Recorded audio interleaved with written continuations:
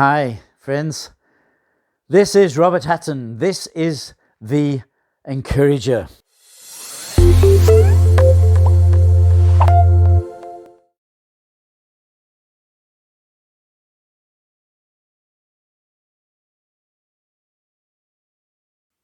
How can you bring such disorder into our temple is maybe a question that the high priest asked Jesus when he returned.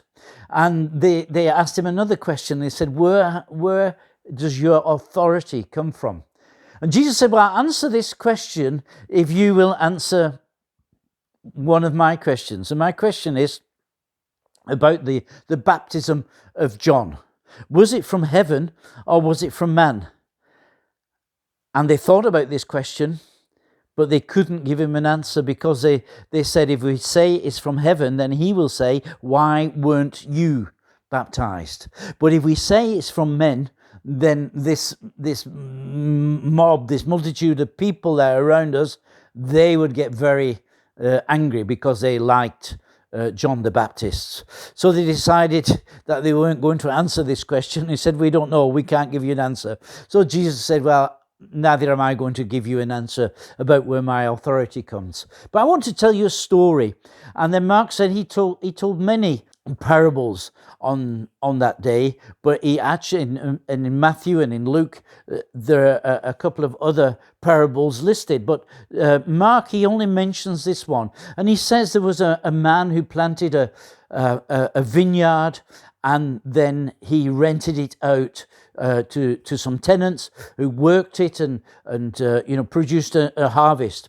And when the time came, the owner sent a servant to go and get the rent, which wasn't a sum of money, but it was a percentage of the harvest. And when he came to collect the percentage, they acted very shamefully with him. They beat him and they sent him back home. So the owner, he sent another servant, and they did the same thing, and then another one, and I think it's with the third one they even killed him. And the owner, he continued to do this, and finally, when they didn't give him anything, any of the percentage of the harvest which belonged to him, he sent his son. And he said, surely they'll respect my son. But when they saw the son coming, they killed him. And they said, this will be our inheritance. When we get rid of the heir, we can have the inheritance. And what Jesus is saying is that God the Father, he has planted a vineyard, and he has entrusted it into people, into the nation of Israel, and being represented by their leaders. And time again, he sent his servants to get what was due in respect and honor and praise and worship.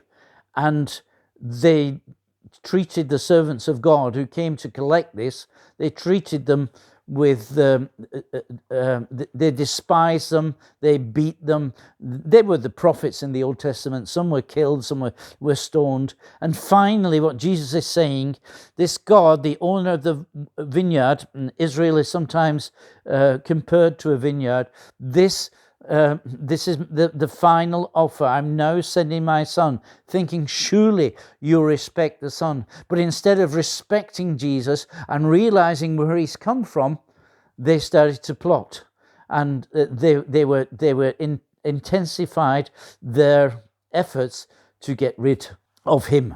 And what Jesus is doing, he's giving them a warning. This is the final warning, he's saying, and actually he's giving them notice to a notice of eviction. They've got to leave now. They are not fit to be the leaders of the nation. They've got to leave. And he says, did you never read in the Psalms? And he's talking about Psalm 118. He says, the stone that the builders have rejected has become the cornerstone for the whole building.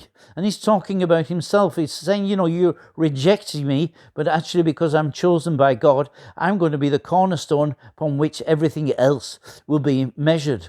And it's strange that he quotes Psalm 118, because just 2 verses later, the Bible says, blessed is he who comes in the name of the Lord. And this is actually what they were saying, what the crowd was chanting on Palm Sunday when they welcomed Jesus into Jerusalem. Blessed is he who comes in the name of the Lord.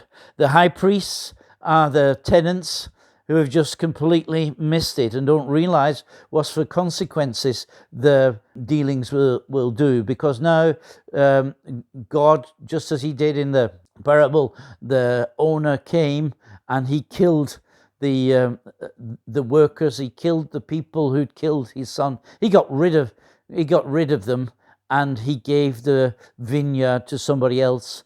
And this is now the turning point in the story, the turning point in the history of mankind, because God is now going to replace and open the doors for the Gentiles to come in and to receive the salvation of their God.